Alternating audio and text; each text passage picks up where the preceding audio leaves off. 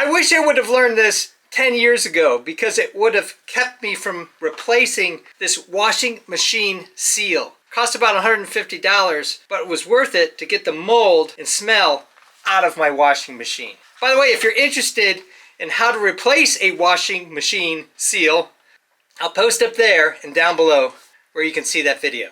The steps to keep this seal clean are pretty easy. Takes about 30 seconds and it will save you a lot of time and money. Once you get done with your washing machine for the day, you don't have to necessarily do it between loads, although it is kind of a good practice. Take a microfiber towel and just dry this all off. Come in here and dry the seal. Make sure you go into the seal, dry it off well, pull the seal back a little bit, you'll see some water in here. Take your microfiber cloth and dry it out. Be careful, you want to be nice to the seal. And just tap it dry like this.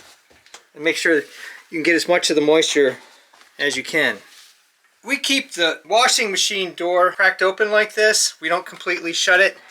That way it allows the washing machine to dry even more between loads. And I guess if you wanted to, you could take your microfiber cloth and just kind of stick it in there like that. That will help out also. And then we just hang this up. Use one of these hangers like we got for pants or something. You just hang it up like this on the side. And I'll let that dry.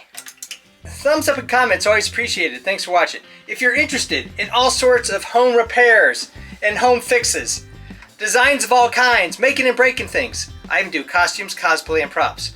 Check out my channel and please subscribe because you never know what cleaning advice you might see.